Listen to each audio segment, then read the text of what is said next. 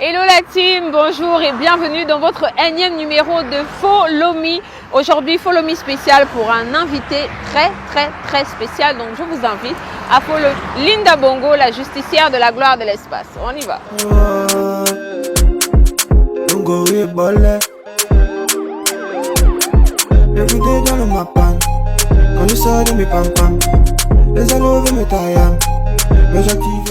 Bonjour, je m'appelle Linda Bongo et je suis avec l'équipe de Follow Me.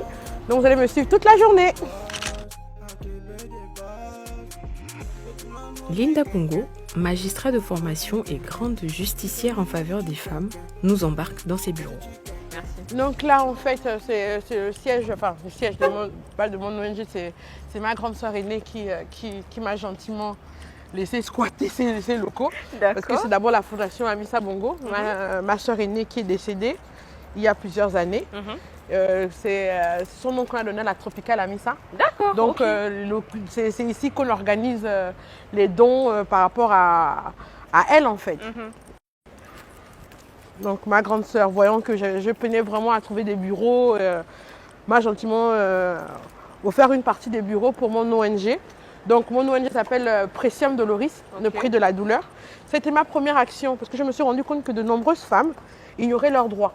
D'accord. Une femme ne peut pas quitter le domicile conjugal sans l'accord de son mari. Donc qu'est-ce que certains hommes faisaient? Ils vous chassent de la maison par exemple. Il vous dit non, va chez tes parents, quand je serai plus calme, je reviens te chercher. La dame, sans savoir, qu'est-ce qu'elle fait? Elle va chez ses parents, elle attend que son mari vienne la chercher. Mais pendant qu'elle est chez son mari, il fait constater l'abandon de foyer conjugal par un huissier de justice. Et il demande le divorce par rapport à ça. Donc j'avais des femmes qui étaient là qui disaient mais madame, c'est lui qui m'a demandé de partir. Alors que c'est lui qui m'a demandé. Mais le droit n'est pas moral. Beaucoup de gens ne comprennent pas ça. Ils se disent que comme j'ai raison, au tribunal, on me donnera raison. Mais non, alors que le droit est technique. Les magistrats ne sont pas avec vous dans les quartiers pour savoir en fait. On peut prendre l'ascenseur, comme on peut prendre les escaliers.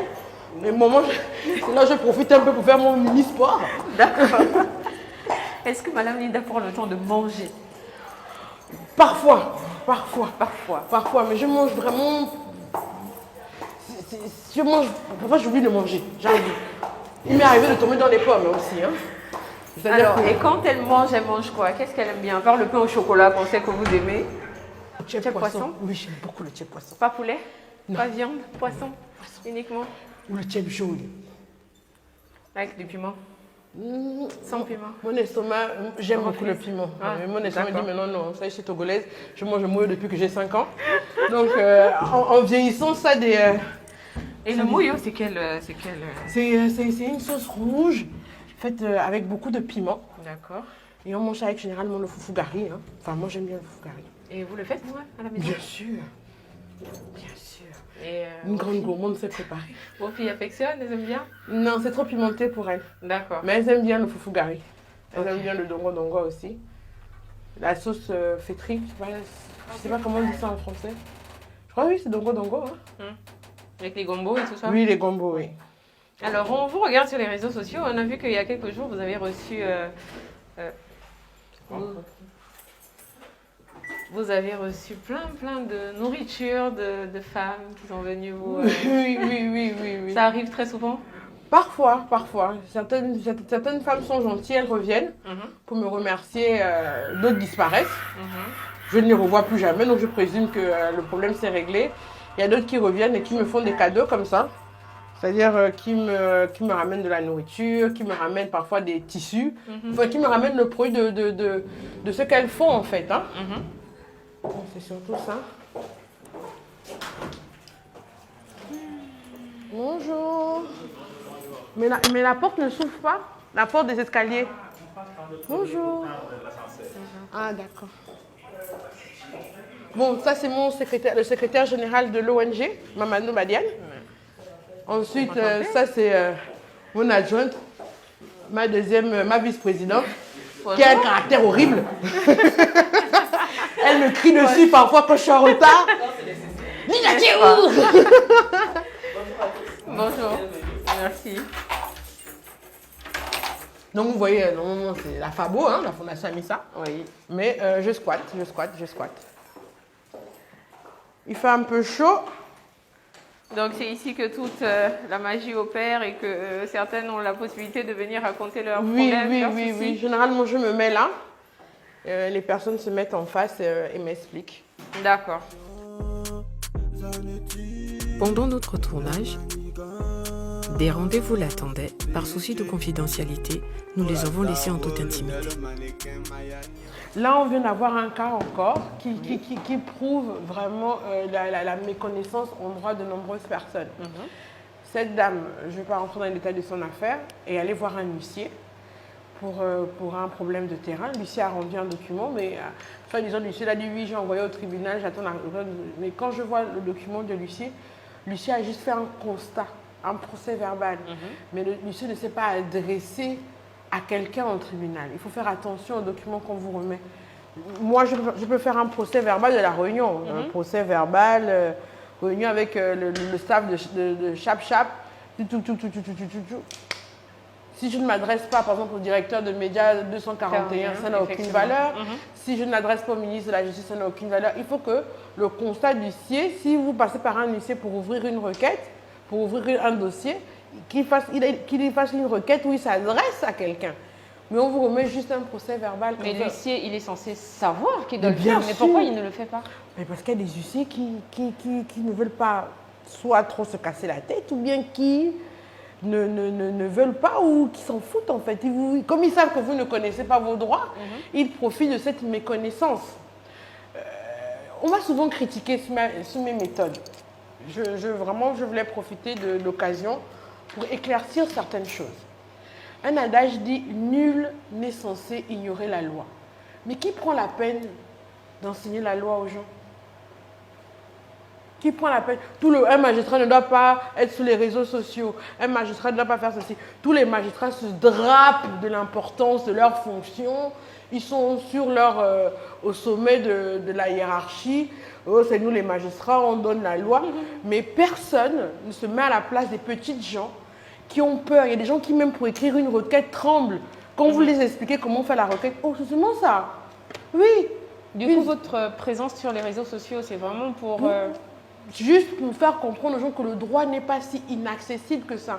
Et il y a un exemple très probant de l'histoire qui le montre. À l'époque, vous savez, la Bible, elle était en grec et en latin. Donc, seuls les érudits, les enfants de grandes familles, les prêtres qui avaient accès à l'éducation pouvaient lire la Bible. Le commun des mortels ne pouvait pas lire la Bible. Donc, quand on a voulu traduire la Bible en français, ça a créé un tollé. Les riches, oh non, comment, et tout. Et j'ai l'impression que c'est un peu ça qui se passe. Vous allez voir qu'aux États-Unis, les magistrats ont leur chaîne. Les magistrats ont leur émission. Parce qu'ils ont très bien compris que les gens n'ont pas le temps d'aller à la fac, d'aller lire des termes, il y a des termes de droit qu'un profane ne va pas comprendre. Par exemple, je vais vous donner un exemple simple. C'est qui la femme de Décujus? Vous allez savoir que Décujus, ça veut dire quoi? Décujus, ça veut dire le défunt. Donc, ça veut dire que si on se met à parler avec nos termes juristes, de droit, de juristes, mais les gens ne vont que nous, les profanes, on est perdus. Vous êtes perdus, vous n'allez rien comprendre et surtout, c'est rébarbatif, c'est indigeste. C'est-à-dire, oh non, c'est lourd, excusez-moi l'expression, c'est chiant. Oui. Alors que moi, j'essaie de rendre ça digeste, ludique et drôle. Pour que tout le monde se rende bien compte que ce n'est pas si compliqué que ça. Il suffit de comprendre qu'il y a des préalables, il faut faire attention, il faut parfois lire le code. Par exemple, l'exemple que je vous ai donné d'une femme qui s'est disputée avec son mari, part de la maison, se dit que oui, c'est lui qui m'a demandé de partir, mais qui part derrière, fait venir un huissier de justice parce qu'elle n'est pas au courant. Mais une femme qui sait qu'elle n'a pas le droit de quitter le domicile conjugal, va demander à son mari, mais chasse-moi par écrit, mets par écrit que tu veux que je sorte de ta maison. Comme ça, elle se prémunit. C'est juste ce que moi je fais de la prévention. Parce que l'ignorance, moi je combats l'ignorance. Raison pour laquelle vous avez créé une émission sur une chaîne, Télé Africa? Oui, pour rendre ça accessible. Mais à un moment donné, vous recevez tellement de critiques que je vais être franche avec vous, mais vous avez envie de laisser tomber, quoi. Vous dites, mais moi je fais ça pour vous. Moi je gagne quoi? Vous pouvez aller à la direction de Télé Africa, je ne perçois pas de salaire. Moi, je suis claire, je suis clean devant les gens. Il n'y a pas un endroit où on va dire que Linda perçoit ça. Ou bien, je ne sais pas si vous connaissez un endroit où les likes, le nombre de followers là, vous donnent un salaire. Ou bien, vous allez dans un magasin, oh, moi, j'ai 163 followers, donnez-moi la robe là, donnez-moi le sac de riz là. Le jour où on ouvre le magasin là, vraiment, je suis la femme la plus riche du monde.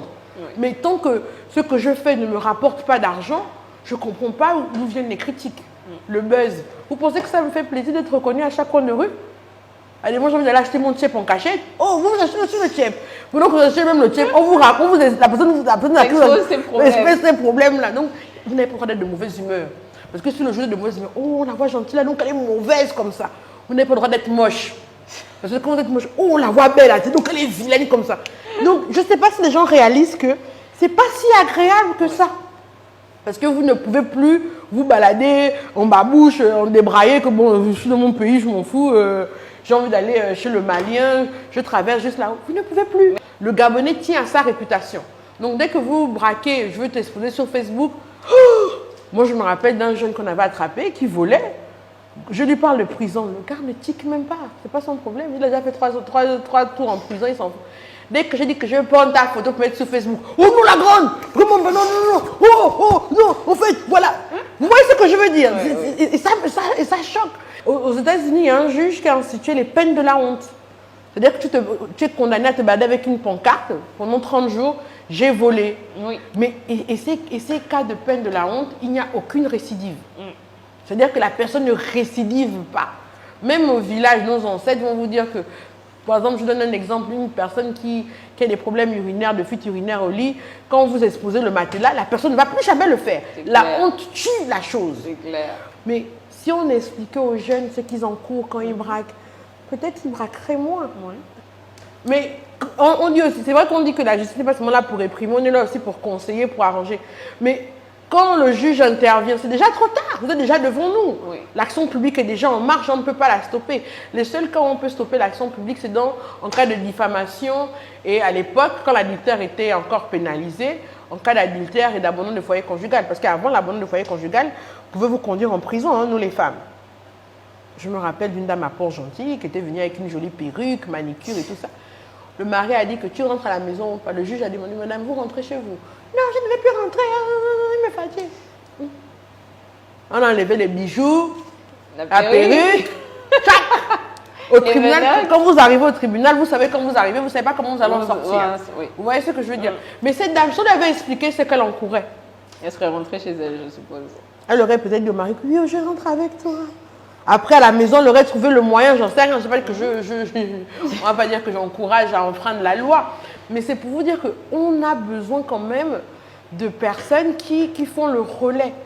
Et on a vu aussi une de vos vidéos où vous avez entre griffes craqué et que les gens, ils ont repartagé sur TikTok. Un TikTok. Oui, je suis quelqu'un d'impulsif et de sanguin, malheureusement. Je me soigne, hein. Je me soigne. Je reconnais que je n'aurais pas dû faire ce TikTok. Je ne venez plus me voir, je ne le fais plus, gardez mon problème. Mais le problème, c'est que je ne m'adressais même pas aux justiciables. Je m'adressais à mes internautes de Facebook. Parce que non seulement je reçois des gens de ministère, mais il y a des gens sur Facebook qui prennent rendez-vous. Qui viennent, oh non, je vous ai écrit sur Facebook, vous m'avez dit que je peux venir au ministère de la Justice tout de suite. Alors que je suis directrice de 3 services. Normalement, je dois recevoir les gens que lorsque mes agents ont fini de les recevoir, ils sont bloqués. Je vous donne un exemple. Quand vous allez, par exemple, voir le président de la République, vous passez par son directeur. C'est pas le président ne sont pas tout de suite pour vous recevoir. Moi, je recevais tout le monde. Même mes collaborateurs se plaignaient que, mais madame, vous n'allez pas recevoir la terre entière. Si vous interrogez même mes aides de presse, ils vous disent, madame, c'est pas prudent, quelqu'un peut rentrer avec un couteau, vous faire du mal, il doit d'abord passer quand même par vos agents. Moi, j'ouvrais tranquillement, dès que quelqu'un venait, moi, je ne faisais même pas la procédure, c'est-à-dire que vous devez d'abord m'écrire, on analyse, on fait une enquête, parce que je pensais à l'urgence de la situation. Donc, quand j'ai vu tous ceux qui ont dit que j'étais incompétente, je ne sais pas diplômée, je dis, mais quelqu'un qui est incompétente, quelqu'un qui n'est pas diplômé, puisque vous dites qu'à cause de mon nom, je suis allée payer mon diplôme, vous venez me voir pourquoi? Non, ne venez plus. Vous voyez ce que je veux dire? Cette affaire de non vous poursuit quand même jusqu'à aujourd'hui. Quand même. Pas jusqu'à aujourd'hui, ça m'a poursuivi depuis qu'on m'a reconnu. On m'a reconnu à l'âge de 15 ans. Mais ça bousille même ma vie amoureuse. Vous avez des hommes qui viennent avec des préjugés, comme c'est la fille de telle, elle doit avoir des goûts de luxe, elle doit être insolente, elle ne doit pas être soumise, elle doit être ceci, elle doit être cela, elle doit être ceci. Et puis, moi je vais être franche, moi je dirais qu'au Gabon, il n'y a plus d'hommes. Il n'y a que des trouillards et des poltrons, je suis désolée. Oui. Ne coupez pas ça au montage. Ça Je la zoom file. dessus, là. Ouais, Un oui, zoom oui, dessus. oui, oui, il n'y a que des poltrons. Parce qu'avoir peur d'une femme, parce qu'elle a un gros nom et qu'elle occupe une fonction, je trouve ça stupide. Une femme, c'est une femme. Quel que soit le nom qu'elle a, quelle que soit la fonction qu'elle occupe, vous la traitez en tant que femme. Une femme, tout ce qu'elle veut, c'est le respect et la sécurité. Vous la sécurisez, vous la respectez, vous lui donnez de l'amour, vous trouverez ce que vous avez à trouver auprès d'elle. Maintenant, il y a des femmes, effectivement, quel soit son nom ou son travail, elles sont insolentes de nature. Ça n'a aucun rapport avec le nom ni avec le métier. Mais quand vous avez des hommes qui... Tu es un homme ou pas? Elle avait tellement de choses à nous dire, mais malheureusement, il a fallu qu'elle se rende en urgence au tribunal. Alors, prochaine étape. Le tribunal ne pas être... Bon, j'ai ma perruque à récupérer, mais j'irai la récupérer demain.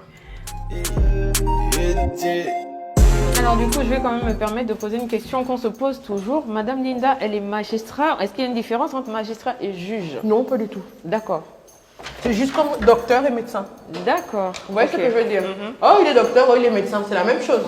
C'est juste une distinction.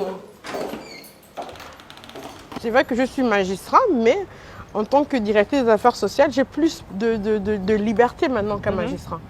Je ne suis plus magistrat à temps plein comme j'étais au tribunal. Là, je suis détachée au ministère de la Justice. Parce que normalement, un magistrat, c'est en cours qu'il travaille. D'accord. Mais il n'y a pas de au tribunal avec Voilà. la touche tout le temps et jugé. Voilà, tout le temps. voilà, D'accord. voilà. Il n'y a pas de différence entre juge et magistrat, c'est exactement la même chose. Comme je vous ai dit, c'est comme, oh, il est docteur, oh, il est médecin. Oups! Les femmes Marine Monroe, là. Fini le tribunal, bien évidemment, pas le droit de filmer. On va donc poursuivre notre conversation en voiture. Comment s'organisent les matinées, les journées de Madame Linda? Je cours, je passe mon temps à courir. C'est ce qu'on a vu depuis le matin. Oui, Donc, oui. voilà. Je passe mon temps à courir un peu partout parce que mes fonctions font en sorte que je dirige 3 services déjà au ministère de la Justice. Je suis la directrice des affaires sociales, de la protection de la jeunesse et de l'assistance judiciaire. D'accord. Et donc, je dois répondre aux sollicitations de nombreux compatriotes qui sont très nombreuses. Donc, vous imaginez 3 services à gérer toute seule. C'est vrai que j'ai des chefs de service, mais généralement, quand eux aussi sont débordés, je mets beaucoup la main à la pâte. Et en même temps, j'ai aussi une ONG où j'ai aussi beaucoup de personnes qui ont besoin de moi. Et en même temps, je suis aussi une mère célibataire. Donc, je dois m'occuper de ma carrière, de mes enfants, de la maison. J'ai aussi les membres de ma famille qui me sollicitent. J'ai Oui, des proches aussi qui me effectivement. sollicitent. Dès qu'on a un problème avec la loi, Linda, tu es où? Mon mari m'a giflé hier. Ah, la grande. Je maintenant fais quoi, il t'a giflé hier? Faut la mener en prison. Oh non, pardon. Vous voyez ce genre de choses, Oui, en fait. j'avoue que c'est compliqué, mais après vous Vraiment. rencontrez quand même, vous rencontrez plein de monde, plein de familles. Oui, Il y a des situations de plus en plus difficiles parce que on vous a vu la dernière fois aller au secours d'un jeune Gabonais qui avait perdu son héritage Oui, oui, et que oui. vous avez suivi toute la journée pour voir là où il vivait parce qu'il vivait à la plage, abandonné.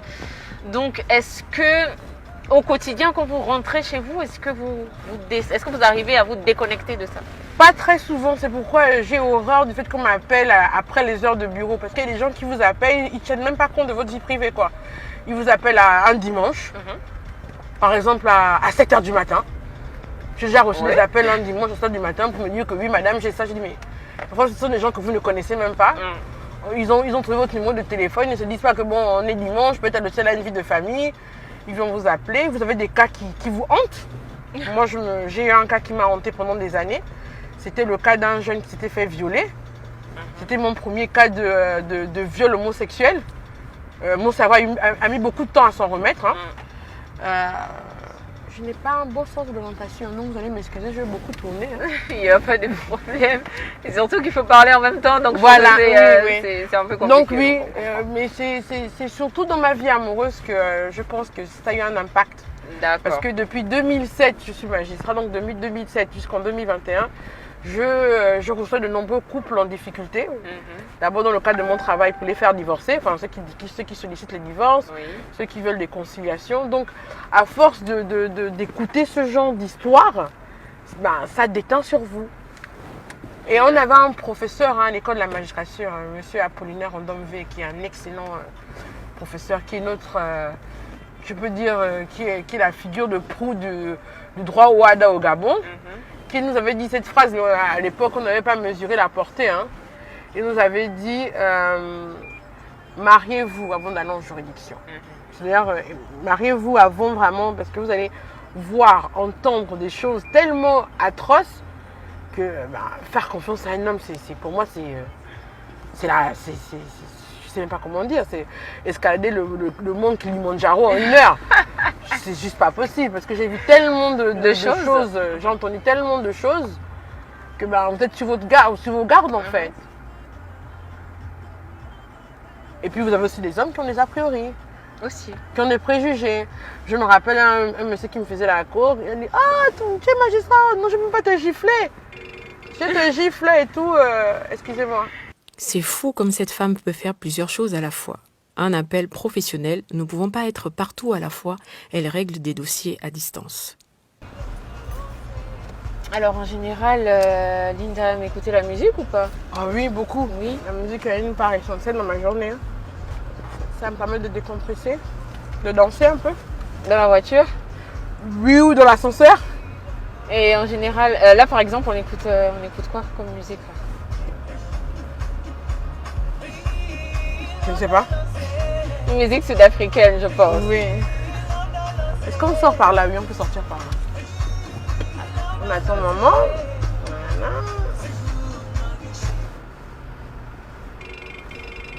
Mais à quel moment son téléphone arrête de sonner? Je vous dirais presque jamais. Normal quand on est à la fois magistrat, directeur de 3 services et bien sûr super maman. Mais à quel moment Linda s'occupe de ses bébés, qu'elle travaille, enfin qu'elle prépare? C'est le week-end. C'est le week-end Ou uniquement? en soirée. Mais dans la journée, on communique par WhatsApp. Hein. Elles m'écrivent. Elles m'envoient des notes vocales. Et comment elle gère le fait que maman soit à fond sur les réseaux sociaux, sur son travail? Est-ce qu'elles ont déjà accès aux réseaux sociaux? Non, pas du tout. Voilà. Elles n'ont pas accès aux réseaux sociaux. Elles ont juste accès à WhatsApp. C'est fait exprès? Elles sont jeunes, elles ont 10 ans. Je pense que 10 ans, c'est un peu tôt hein, pour être sur les réseaux sociaux. Malgré son agenda bien chargé, elle est aussi une maman attentionnée. Elle est en contact permanent avec ses filles via WhatsApp. Oui, ma chérie, j'ai dit à monsieur, te dit que vous allez chez Alexandre, donc c'est bon, il va vous emmener. Mais vous m'avez dit 16h, non? Il n'est que 14h40. Vous avez fait vos devoirs. Voilà comment je communique avec elle. Mais on s'assure quand même d'avoir fait les devoirs. On vérifie les devoirs. Oui, et puis elles ont un répétiteur. On est en contact. Si je ne suis pas au bureau, en tout cas, dès qu'elles ont un besoin, elles ont quelque chose, elles me disent. Hein. Elles écrivent. Avant qu'on n'avait pas de téléphone, elles appellent avec le téléphone de la dame de ménage ou de la nounou. C'est ce qu'on peut faire. Et puis, elles admirent beaucoup ce que je fais. Elles aiment bien me voir à la télévision. Et puis, je leur donne, j'essaie de leur donner l'éducation que ma maman m'a donnée. Qu'une femme va chercher son pain, elle se bat. Elle ne reste pas à attendre que ça lui tombe du ciel. Et le meilleur moyen d'avoir les meilleurs atouts dans les mains, c'est d'aller à l'école, faire des études. Mais aussi vivre ses passions aussi. Parce que c'est pas tout le monde qui est doué pour la voie générale. Hein. Mais bon, elles, pour l'instant, la question ne se pose pas, elles sont au primaire. Donc, Et en termes de passion, quelles sont les vôtres? C'est le droit et l'écriture. Ce sont les principales passions que j'ai. Après, j'aime beaucoup le cinéma. Le cinéma d'ailleurs, parce que ça me permet de voyager à travers le cinéma qui présente d'autres cultures. Je vais aimer les films turcs, les films japonais, coréens. Parce qu'en suivant ces films, je voyage. J'apprends beaucoup sur les cultures étrangères, sans sortir de chez moi. Vous voyez ce que je veux dire? Donc le cinéma aussi, c'est une de mes passions. J'écris énormément. Parfois, je poste mes écrits, parfois, je les garde pour moi, parfois, c'est juste entre moi et mes proches. Mais comment on arrive à se détendre, surtout avec la crise sanitaire, lorsque vous finissez votre journée comme ça, comment ça se passe? Bon, déjà, mes filles sont un grand moyen de détente. Parce que toute la journée, je suis en mode lionne. Et quand je rentre chez moi et je vois mes filles, je ne sais pas comment vous expliquer, mon cœur fond. c'est comme du beurre, ça fond. Puis elles me font des bisous, des câlins. Donc du coup, je me ressens femme, je me ressens humaine. Mon armure Les justicières. voilà, se disloque. Et puis elles me racontent leur journée. Donc on peut rester là dans mon lit à se faire des bisous, à se faire des câlins. Et puis finalement, t'as remis le pli ou pas? Oh, mais qu'elle garde son truc, c'est tout. Franchement, on va pas mourir pour ça. Qu'elle garde, franchement. À plus tard. Oui. J'ai ça, disons, gagné un prix qu'on devait me remettre, mais la personne, je dis, qu'elle garde, hein, franchement. C'était une perruque que j'avais gagnée. Je sais pas courir après les gens pour un prix que ça, disons, j'ai gagné. Oui, voilà, donc je dis que quand je vois mes filles, je me disloque, je me détends, donc je suis obligée de redevenir leur maman, parce qu'elles n'ont rien à voir avec les cas que j'ai eus. Je redeviens leur maman. Par contre, mon travail m'a rendu assez paranoïaque sur le plan de vue des fréquentations qu'elles ont. D'accord. C'est-à-dire que je vérifie toujours si elles n'ont pas été en contact avec un homme adulte. Oui. Ça c'est une des formations que j'ai. Hein. Il m'a fallu des années hein, pour que mon chauffeur puisse se retrouver seul avec mes filles. D'accord. C'est-à-dire que je m'arrangeais pour qu'à aucun moment il ne se retrouve seul avec elle. Il fallait toujours qu'il y ait la nounou, une femme en tout cas présente, pour empêcher qu'il se soit seul avec mes filles. Parce qu'il suffit de 5 minutes d'inattention et puis voilà. Et elle ne dorment pas chez les copines. Elles dorment juste chez des membres de ma famille. D'accord. Femme. On précise. Mais c'est même pas que... Je sais pas que c'est une déformation. Oui. Moi, je reconnais que c'est une déformation. Et je leur ai déjà dit, on n'a pas le droit de vous toucher là-bas. Non. Si quelqu'un vous touche là-bas, mais cette personne vous dit pas à un moment, dites-moi tout de suite, vous m'appelez. Donc c'est ça. Donc je pose un peu des questions. Comment la journée s'est passée. Pour la première fois, ma fille a eu un maître au lieu d'avoir une maîtresse. Donc au début, j'étais un peu réticente. Mais après, je me suis rendu compte que Linda, oh, relax. C'est l'école là. C'est l'école, franchement. Donc je pose beaucoup de questions. Un peu, elles me racontent leur journée. Je leur raconte un peu la mienne, mais je survole beaucoup. Parce que ce sont des détails qu'un enfant n'a pas à entendre. Et après, je prends une bonne douche chaude et je mets devant Netflix. Et là, mon cerveau se déconnecte. Et moi, j'ai institué le couvre-feu téléphonique aussi. Hein. À partir de 18h. C'est-à-dire, à partir de 18h, plus d'appels, plus d'appels professionnels, plus rien de ce qui concerne le travail. Alors, plus d'appels professionnels et plus rien en ce qui concerne le travail. Voilà. Effectivement, on remarque, je sais que mon caméraman, il est très très fort, on remarque que Madame Linda a au moins deux téléphones. Oui, voilà. Donc, un professionnel et un familial. Voilà. Okay. Donc, celui-là, c'est celui que tout le Gabon a. Hein. Parce que vous êtes là, allô? Oui, je sais que vous ne me connaissez pas, mais madame, j'ai un problème. Ok, d'accord. Avant, à des moments, je dis que j'ai mon numéro. Bon, parce que je dis toujours aux personnes que si vous voulez donner mon numéro, demandez-moi la permission au moins et je vous la donne. Mais je n'aime pas qu'on donne mon numéro de téléphone derrière mon dos et comment. Parce que du coup, je suis pas réceptive à la personne qui m'appelle comme ça. C'est pas le bon moyen. Et puis, il y a d'autres personnes qui ne prennent pas la peine de vous envoyer un message, on vous appelle directement. Quand vous ne décrochez pas, c'est 5, 7, 8 fois. Ok, on peut se dire que bon, peut-être elle est en train de recevoir, peut-être elle est occupée. Je vois d'abord un message, non, il faut que vous décrochez. Une autre fois, j'ai une dame qui m'appelle. Oui, on était à l'église ensemble. Là, je suis au tribunal, là, on veut m'arrêter. Bon, donc, de faire quoi? De mettre ma cape, voilà. De sauter de là où je suis, boum, pour arriver au tribunal pour dire, oh, qu'est-ce que vous êtes en train de faire? Et puis, généralement, quand vous faites ça, même les gens qui vous appellent comme ça, elles ont parfois même tort. Ouais. Donc, on est toujours obligé d'écouter les deux versions. On apprend à ne plus s'emballer dès qu'on vous raconte une histoire. On apprend à vérifier l'information. On apprend à écouter d'abord l'autre partie avant de s'emballer. Parce qu'avant, moi, je m'emballais beaucoup. Donc, j'ai appris aussi à me calmer un peu. Voilà. Alors, l'enfance de Linda, est-ce qu'elle a grandi au Gabon, à Libreville? Pas au départ. J'ai grandi au Togo. Enfin, c'est vrai que je suis née à Libreville. Mais ma mère poursuivait ses études, donc c'est ma grand-mère qui m'a élevée. Jusqu'à l'âge de, je veux dire même 7 ans, 8 ans. Dieu merci, parce que c'est grâce à ça que j'ai des notions quand même en mina, dans ma langue maternelle. Sinon, je ne parlerais aucune langue africaine, l'horreur. Donc oui, j'ai grandi au Togo et ensuite je suis rentrée au Gabon. Alors, lorsque Linda est rentrée au Gabon, où est-ce qu'elle a son premier quartier au Gabon, vous vous rappelez? Mon premier quartier... Non, je me rappelle juste de Nzayon. Hein. Je me rappelle juste D'accord. de Nzayon. Oui, oui, oui. Je pense que Nzayon, c'est quand j'avais 9 ans. Hein. Mhm. Je me rappelle de Nzayon. C'est mon premier quartier. Vous avez fait toute votre enfance là-bas? Oui, jusqu'à l'âge de 15 ans, jusqu'à ce que mon père me reconnaisse, oui. D'accord. Anzayon. Et où est-ce que Linda a fréquenté? J'étais Primaire? aux Acacias. Mhm. Après les Acacias, je suis allée, j'ai eu mon entrée en 6e au lycée d'État. Ah, j'ai adoré le lycée d'État, mais ma mère non. Parce que au lycée d'État, j'étais un peu plus libre. Ma mère, c'est une bonne Togolaise, donc je n'avais pas le droit de sortir, de faire quoi que ce soit. Elle me déposait devant l'école, elle revenait me prendre. Ouais. J'enviais un peu la liberté des filles de mon quartier. Mhm. Donc quand je vais au lycée d'État, je découvre le bus, le transport scolaire. D'accord. Donc ça me permettait de bouffer la rue des taxis. Oui. Quand on va au lycée d'État, le bus vient parfois par l'échangeur, vous voyez. Mhm. Et parfois, ils prenaient les gens là à l'échangeur avant d'aller tourner à ce qu'on appelle l'aéroport Oui. pour revenir se garer devant le lycée Le d'État. lycée d'État. Mais le problème, c'est que quand vous preniez le bus devant le lycée, c'était l'horreur, c'était la bagarre, tout le monde voulait passer. Donc, il y avait des gars qui avaient même des compas qui vous piquaient. Donc moi, j'aimais prendre le bus de l'autre côté parce qu'il y avait des places assises avant qu'il tourne. Et une fois, j'ai traversé sans regarder et bam! Un accident? Un accident de circulation, j'ai eu le rétroviseur en plein visage et j'ai gardé pas des séquelles mais des céphalées énormes.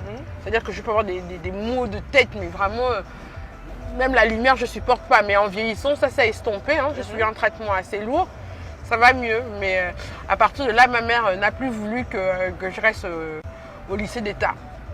D'accord. Et après le lycée d'État? J'étais au collège Tchoréré qui était situé à Batterie 4. Jusqu'en 3e, j'ai passé mon BEPC et je crois que c'est là où mon père a vu mon nom dans l'union. Il s'est rappelé que tiens, j'ai fait un truc avec une Togolaise. Moi, j'ai absolument pas honte de raconter mon histoire. Hein. Je n'ai aucune gêne à raconter mon histoire. Au contraire, j'en suis fière parce que je peux dire que j'ai vécu dans tous les milieux en fait. Et je pense que c'est une richesse. C'est pas une tare, c'est une richesse pour moi.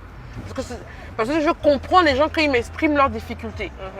Parce que ma mère enchaînait les boulots, hein, parce que j'avais une passion dévorante pour les livres. Donc elle devait m'acheter mes livres. Je pouvais vous lire un livre comme ça en 2 heures. Parce que j'avais pas de copine. Mon petit frère est venu, j'avais déjà 10 ans. Donc j'avais personne avec qui jouer. Donc la lecture était vraiment... Votre meilleur ami? Voilà. Donc je lisais énormément. C'était même obsessionnel. Hein. Donc quand je n'avais pas de livre, je faisais des crises. Je n'avais rien à lire, donc ma mère devait m'acheter mes livres. Donc ma mère elle faisait beaucoup de boulot pour ça. Donc j'ai connu beaucoup d'humiliation quand j'étais enfant. Hein. Je me rappelle d'une voisine qui nous avançait à l'école le matin, ma mère et moi. Elle avait une petite voiture blanche comme ça, je n'oublierai jamais sa voiture. Jamais, jamais. Jusqu'à ma mort, je n'ai jamais oublié la voiture là. Et elle était souvent de bonne humeur le matin, mais l'après-midi, les grimaces qu'elle nous faisait. Hein, toujours les gens que je dois déposer dans ma voiture, même mettre le carburant, vous n'arrivez pas. Ma mère était là. Et je voyais ma mère se ratatiner. Parce qu'elle n'avait pas l'argent du taxi. Ouais, vraiment se faire petite. Se faire petite et ça.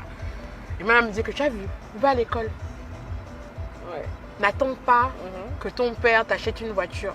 Va à l'école pour ne pas avoir à subir ça. Donc, j'ai grandi avec ça en fait, cette rage un peu plus ou moins. Et quand j'ai eu mon BEPC, je ne vais jamais oublier parce que les résultats sont pas tout de suite. J'attendais les résultats, j'étais là, les résultats quand et tout. Je ne vais jamais oublier la scène. Je revenais de... À l'époque, les Canadiens faisaient des cours dans les CS de Nzayon, là, les cours de vacances. Donc, j'étais à mes cours de vacances. Et je revenais de mon cours de vacances et ma mère m'attendait au portail. Je me suis dit, oh, qu'est-ce que j'ai encore fait? Qu'est-ce que j'ai fait comme bêtise? Et elle me saute dessus. Elle me dit, tiens, il tombe le PC, ton père a vu ça. On nous attend à Toyota Gamatec et tout ça. On arrive, boum, voiture. Oh là là, comment on a pleuré, elle et moi. On était là. Et le goût de ça, le lendemain, quand on est passé devant la voisine là. Ah non, j'ai jamais oublié le goût là, quoi. Jamais, j'ai oublié le goût là. Oh, c'est comment? Il y a un souci? Bonjour les hommes, vous allez bien? Ne m'écoutez pas les femmes, hein? Ah, voilà. Donc, ouais, on vous reconnaît. Donc, Et ça m'a donné le goût de l'effort. Et surtout quand j'ai toujours... Et c'est pourquoi je dis souvent aux hommes que prenez la peine d'éduquer vos femmes. Je prends mon cas toujours, parce que je ne vais pas parler des cas que je ne connais pas. J'ai été élevée que par des femmes fortes. Quand je suis partie de chez ma mère, je suis allée chez ma grande soeur, mon aînée, qui, elle aussi, était une femme forte, qui réglait beaucoup de choses. Je n'ai pas eu sous les yeux une femme soumise qui s'occupait de son mari. Je n'ai été élevée que par des femmes fortes qui se battaient pour se nourrir, pour nourrir leurs enfants. Donc, il y a des notions de couple que je n'avais pas au départ. Mais il a fallu bien que je tombe sur un homme qui a bien voulu avoir la gentillesse, la patience de faire mon éducation, de me dire « Linda, c'est comme ça que ça se passe quand tu es en couple, on ne fait pas ça, tu as une réflexion à me faire, tu attends qu'on soit seul. Vous voyez ce que je veux dire? C'est le père de mes enfants. C'est pourquoi, même si on n'est plus ensemble, il a une place particulière. Importante dans votre... Parce que j'étais brute, de chez brute. Hein. Mais brute, genre, un exemple. Ah, je vais la bagarre. J'étais un garçon manqué en fait. C'est-à-dire, quelque chose ne me plaît pas, c'est de là à là que je te signifie mon désaccord. Alors que j'ai compris que une femme, on ne peut pas gagner nos combats en agissant comme un homme. C'est dans la subtilité, c'est dans l'art et la manière. C'est-à-dire que tu attends que... Oh, c'est fermé? Oui. Maintenant, il faut faire le tour. Le tour? À cause des travaux.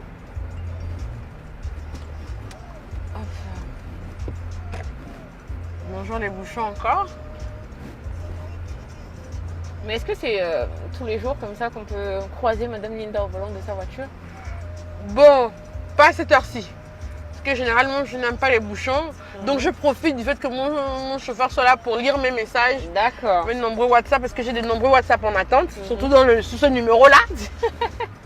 J'en ai 400 qui m'attendent là. Donc, que je dois lire, je dois répondre. Donc, je profite des trajets en voiture pour pourvoir. Parce que dès que j'arrive au travail, ça s'enchaîne. Hein. C'est avec le couvre-feu que ça a un peu diminué, mais il m'arrivait de quitter mes bureaux à 20h, 21h. Maintenant, avec le couvre-feu, vous terminez à quelle heure? Je pars à 15h. Je pars à 15h parce que déjà mes collaborateurs aussi partent plus tôt. Ensuite, avec les mesures sanitaires, on est obligé de comptabiliser le nombre de rendez-vous. Je ne peux plus recevoir comme avant. Donc, à cause du couvre-feu et des mesures sanitaires, on est obligé de réguler un peu le nombre de visiteurs. Oui. On étale les rendez-vous, ce qui fait en sorte que là, je suis bookée jusqu'à mi-avril. D'accord. Au lycée, Linda, les glaces, les petits gâteaux, là, vous aimez bien? Bien sûr, jusqu'à qu'on continue. J'aime beaucoup les glaces, en cornet en tout cas. Et puis, sucer aussi le bissap, là, parfois. J'aime bien. Quelles sont les matières que Linda affectionnait quand elle était au lycée? Le français. Le français. Ah, c'était la philosophie. Je bastonnais ça, comme on dit ça vulgairement. Hein. J'avais des 17 de moyenne en français. Hein, mais par contre, en maths, la fois où j'ai eu 8 sur 10, sa mère, elle a encadré ma note. Hein. C'est bon, je peux passer, merci. Je suis vraiment nulle en maths. Vraiment, vraiment, vraiment. Donc après, Linda a eu le bac au lycée d'État? Non. J'étais à Blaise Pascal. D'accord. Ensuite, on est parti à la fac, oui, à Montpellier. On a fait des études de droit, je suppose. Oui, bien sûr. Mais j'ai toujours voulu être juge. Hein. Ah, d'accord. J'ai jamais voulu être autre chose. J'ai jamais voulu être institutrice, hôtesse de l'air comme les jeunes. Et ça choquait même mes parents. Enfin, mes parents, mes oncles et tantes. Parce que je ne sais pas si ça passe toujours. Ça, c'était sur RTL 9. C'était cas de divorce avec le juge Garonne. D'accord. Ma mère me laissait exceptionnellement me coucher tard. Ça passait les mercredis soirs. Oh là là. En fait, si je comprends bien, votre mère, elle a compris vite votre passion. Oui, elle a nourri ça. Et ce que je fais, je dis que c'est vraiment ce côté-là que je te retranscris à mes filles. Et même mon père aussi disait à chacun de ses enfants, moi, je veux seulement que vous fassiez ce que vous voulez faire. Vous le faites, mais vous le faites bien. Si tu veux être jardinier, je veux que tu sois le meilleur jardinier. Vu que mon père nous disait souvent. Donc oui, ma mère, elle a toujours nourri cette passion en fait. Je ne voulais pas travailler dans un autre endroit que là, quoi. Là, oui. Je voulais que ça, je ne voulais pas autre chose. Après, Dieu merci, à l'école de la magistrature. Et puis, j'allais à l'école de la magistrature en taxi. Hein, mes promotionnaires sont là, ils vous diront. C'était difficile, j'avais des profs qui faisaient des réflexions. Les gens du bord de mer qui sont là. Ils lisaient même vos copies que... Ah non, c'était... Oh, c'est-à-dire que vous êtes obligé de faire 2 fois plus. Parce que tout de suite, on part du principe que quand vous êtes né, quand le médecin avec qui vous étiez, il a dit non, ça s'appelle comme un bongo. Enlevez-lui son cerveau, on n'en aura pas besoin. C'est l'impression que j'avais, quoi. Que dès que tu penses non, ça veut dire que tu es stupide, que tu es bête, que tu n'as rien, que tout ce que tu as, c'est ton père qui te l'a acheté. Mais c'est ça, en fait. C'est ça qui a été vraiment pénible dans mes études, ici. Est-ce qu'il y a eu le décalage entre la période où vous viviez avec votre côté maternel et lorsque votre père vous a reconnu? Oui. Est-ce que vous avez profité de ça aussi quand même? Même mon laissé monter à la tête, même. Parce que quand je pars de chez ma mère, j'ai fait les tâches ménagères. Tu prépares, tu laves les assiettes, tu fais le ménage et tout. Et là, tu arrives chez ton... Bon, j'étais pas chez mon père, j'étais chez ma grande sœur. Et mon père venait nous rendre vite là-bas. Et là-bas, ça a un téléphone. J'appelle à la cuisine, oui, je veux un sandwich, jambon beurre, je veux ceci, je veux cela. Tu as la télé, tu as la clim, tu fais rien du tout. Donc, après 6 mois de ce traitement, tu repars chez la vieille. Bah, je me rappelle, on avait une jeune fille qui s'appelait Adèle à l'époque. Donc, je n'ai jamais oublié, j'étais sur le canapé. Adèle, fais-moi un sandwich. Le temps que je finis le sandwich, oh la babouche de ma mère, c'est ton père que tu fais ça, tu laisses au carrefour. Oh la bastille que j'ai eue. Je pense que c'est la dernière bastille que ma mère m'a donnée. Hein. Une bastille mémorable. Ça m'a remis le cerveau en place. J'ai compris que chez la dame, on ne fait pas les choses là. Tu continues à faire tes trucs de bongo quand tu es là-bas, mais quand tu es chez elle, tu es sa fille, vous voyez. Je parle souvent de ma mère parce que c'est elle qui m'a permis... de rester sur terre? Oui, vraiment. Sinon, je serais peut-être hautaine. Parce que ma mère, c'est du genre à me mettre des claques quand je... Elle m'a appris à respecter tout le monde, même les femmes de ménage. Et ça m'a sauvé la vie. Parce que j'ai eu un épisode dans ma vie, et je me suis rendu compte que dans la vie, il faut être accessible. Il faut parler à tout le monde. Parce que vous ne savez jamais qui va venir vous aider. Jamais. Parce que j'étais en France, j'étudiais déjà à la fac en France, je suis revenue pendant l'été. Le jour où j'arrive, on m'apprend que mon parrain est décédé et que la veille se passe au charbonnage. Donc, j'avais un ami à l'époque qui conduisait, qui me dépose, mais qui me dit quand tu as c'était à l'époque des start-up, les gros téléphones qui se déchargeaient vite. Donc, quand tu finis, tu m'appelles, je viens te chercher. Ok. Je ne sais pas, avec la fatigue du voyage et tout ça, là, je m'endors à la veillée. Je m'endors complètement à la veillée mortuaire et tout ça là. Quand je me réveille, tout le monde est parti. Waouh. Mon téléphone est déchargé, donc je suis obligée de marcher de la veillée, enfin de là où se situe la veillée, au carrefour. Et j'avais des Weston, j'avais un sac Louis Vuitton, j'avais mes bijoux Chopard, bon, la parisienne, la grosse riche qui est là et tout ça qui chill. Donc j'entends des pas derrière moi. Je me retrouve 2 gars torse nu. Donc j'accélère le pas. J'entends ce mot. Oh, emballe, c'est pas ma chaussure que j'avais laissée au soleil là. Aïe. Ah oui, Magnon dit que c'est ta chaussure que tu as laissée là. Oh, bon, que j'ai au balayage. Oh non, c'est pas ma chaussure, arrêtez. Ah, les gars sont pas dedans. Il y a un qui dit comme moi, mais ça fait longtemps que j'ai mangé de la bourgeoise. Aïe. Le gars me soulève, mais comme un fétu de paille, quoi, comme un sac de riz. Il me soulève, il me met directement sur l'épaule. Mais j'ai commencé à parler en minage, je ne parlais même plus français, j'appelais maintenant mes ancêtres. Oh dada, moulé coucou les filles. Oh. Je parlais maintenant toutes les langues que je pouvais. Le gars était vraiment en train de m'emmener dans une maison abandonnée là, qui était là à l'époque au carrefour charbonnage. Et là, une voix venant de nulle part. Oh araignée, laisse-la, c'est ma frangine. J'avais déjà le rhume, je pleurais, je vais jamais oublier la fille, elle s'appelait Pamela. Tu veux que j'appelle mon grand frère? Qu'est-ce que tu fais avec elle? C'est ma frangine, déposez-la. Oh non, la grande Pamela ne savait pas. Oh, ta petite, oui, c'est ma petite, laissez-la. Donc le gars me dépose, enfin il me laisse au sol, et puis il part. Donc elle me dit, oh, tu te rappelles de moi? Je dis, non, il ne me rappelle pas. Elle me dit, si, ma grande soeur est ménagère chez ta grande soeur. Et un jour, elle m'a emmenée pour l'accompagner. Et elle m'a demandé de rester avec les filles de mon âge. Donc je suis venue rester avec vous, toi, et tu étais avec tes soeurs. Tes sœurs m'ont snobé. Je suis la seule à m'avoir souri, à m'avoir demandé si je voulais boire quelque chose. D'accord. Je me souvenais même pas d'elle. Je me rappelais plus. Même de la scène, même comme là, elle m'a raconté, je ne me rappelais même plus. Et j'étais tellement intelligente que je n'avais même pas l'argent de taxi. C'est cette jeune fille qui m'a donné 2000 pour que je prenne le taxi pour que je rentre chez moi. Ouais. Ça a été la plus belle leçon de ma vie. Là, je me suis rendu compte que Lynn a dit bonjour à tout le monde. Tout au long de la discussion, nous avons appris un peu plus sur sa famille. Elle nous a donné des docs, mais de taille. Quand je t'appelle Bongo, tu ne sais pas savoir c'est quoi être fauché. Oui. Tu ne sais pas ce que c'est. Donc, à un moment donné, pour ma propre sécurité mentale, ma propre santé mentale, j'ai dû quand même mettre des distances. Mais du coup, avec les frères et sœurs, c'était pas trop comme... Bon, déjà, mes frères et sœurs, au départ, quand je suis arrivée, j'ai un petit accès comme la mapaneuse. Celle qui venait de Nzang, qui n'avait pas les bonnes manières parce que je ne savais pas utiliser un couteau, une fourchette. J'avais pas grandi dans le milieu, donc je ne savais pas comment me tenir. Je ne savais pas comment faire bien. J'étais un peu trop... Et puis, bon, je m'habillais au Mutuki, donc vraiment... j'ai eu du mal au début aussi pour m'adapter. Ça a été il y a eu un épisode qui m'a marqué. Et c'est pourquoi je remercie Dieu pour mes neveux. Parce que sans mes neveux, c'est-à-dire les enfants de mes frères et sœurs, je ne m'en serais pas sortie. Je me serais mis une balle. J'aurais peut-être même fait une tentative de suicide.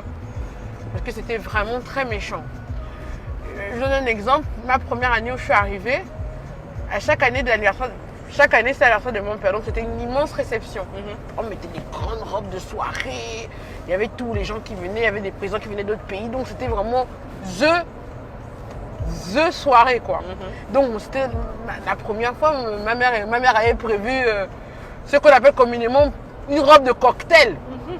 Pour moi, c'était la dernière sapologie du monde, mais c'était rien qu'une robe de cocktail. Donc ma grande sœur aînée, qui elle est en train de courir puisque c'est toujours elle qui a organisé ce genre de réception, se rend compte que ma robe n'a pas adapté. Donc elle dit à mes autres sœurs du même âge, parce que mon père fait les enfants par cuvée.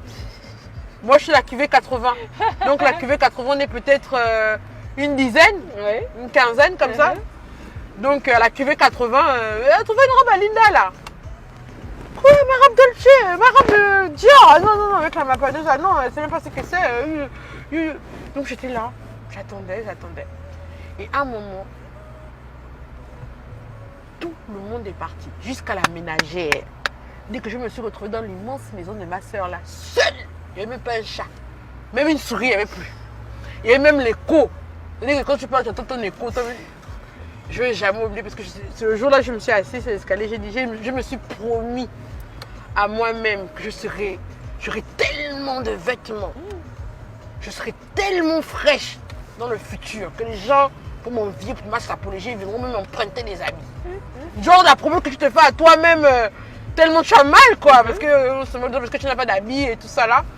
Donc, je pense que c'est par rapport à ça que j'aime les vêtements, j'aime bien m'habiller parce que c'est un privilège que j'ai pas eu jeune, quoi. Et c'est une manière c'est comme une revanche, on dit revanche, contre le passé, en fait. C'est pas tout d'acheter des vêtements, mais il faut être élégante avec. Oui. Voilà. Et du coup, est-ce que Linda a encore eu la possibilité d'aller fouiller le Mutuki? Oui, pour les chaussures. Moi, je n'ai aucun complexe vis-à-vis de ça. Quand c'est beau, c'est frais, c'est chic, moi je prends. Peu importe l'origine. Même si c'est Mutuki. Bien sûr. Mais le meilleur Mutuki pour avoir moi des chaussures, c'est celui qui a la garoutière. Mais j'avoue que ça fait quand même 2 ans que je ne suis pas allée. Mais il m'est arrivé de trouver des Steve Madden à mon boîte. Tu trouves des Steve Madden, c'est une marque aux États-Unis, tu vas avoir une chaussure à 200-300 $. Mais quand tu tombes dessus au Mutuki à 15 000, c'est un orgasme mental. Tu dis, oh, la chance que j'ai. Non, oui. Pour les chaussures, pour les vêtements, maintenant, j'ai du mal. Pour les vêtements, je peux avoir du mal.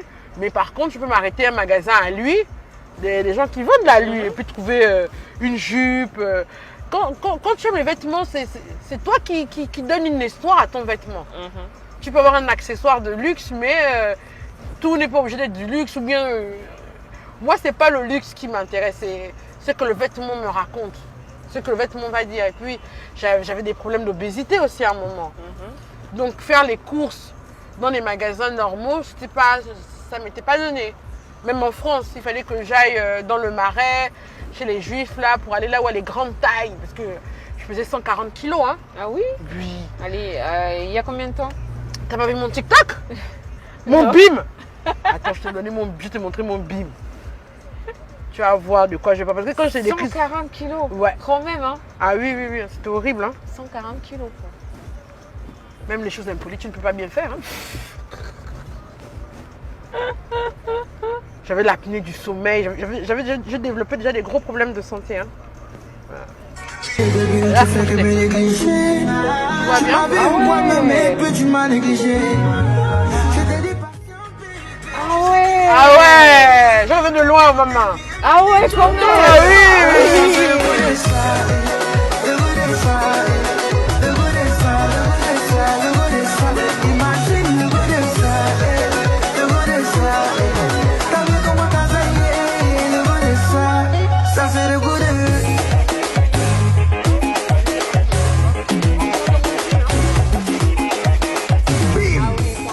Quand même.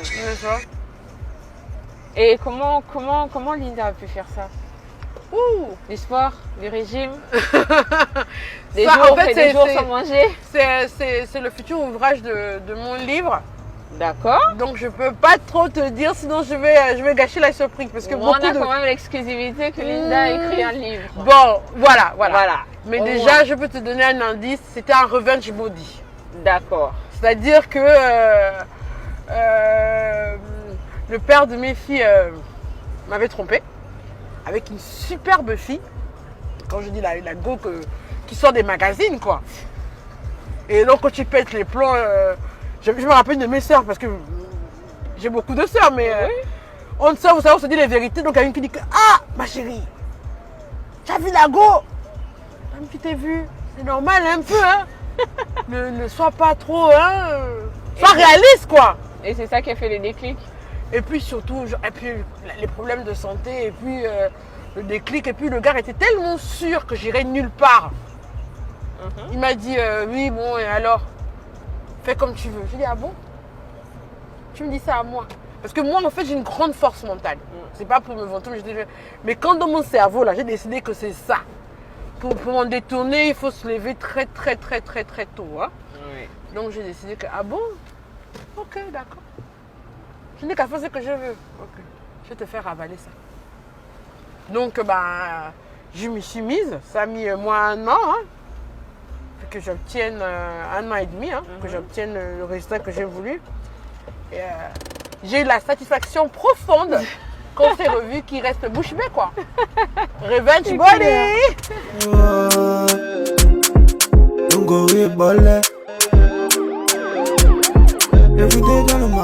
Alors là, Madame la juge, Madame Linda, son bim de la gloire. Tonton, est-ce que tu vois ça? Décharger mes jambes, accueillir des bases,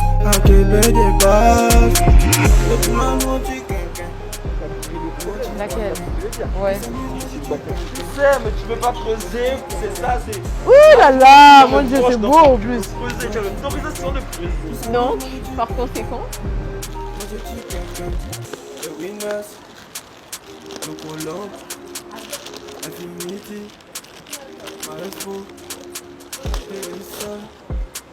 Ah, elle est belle.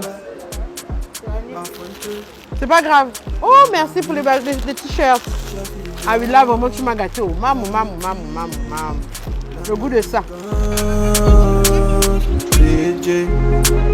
Pour Lazaro, le mannequin, Mayani, Magal.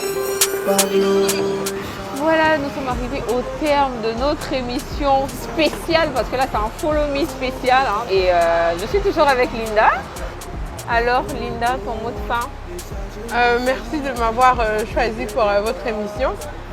J'ai été moi-même, vraiment du bout au bout. Et j'espère que ça permettra aux gens de mieux me connaître et ça édifiera plus d'un en fait.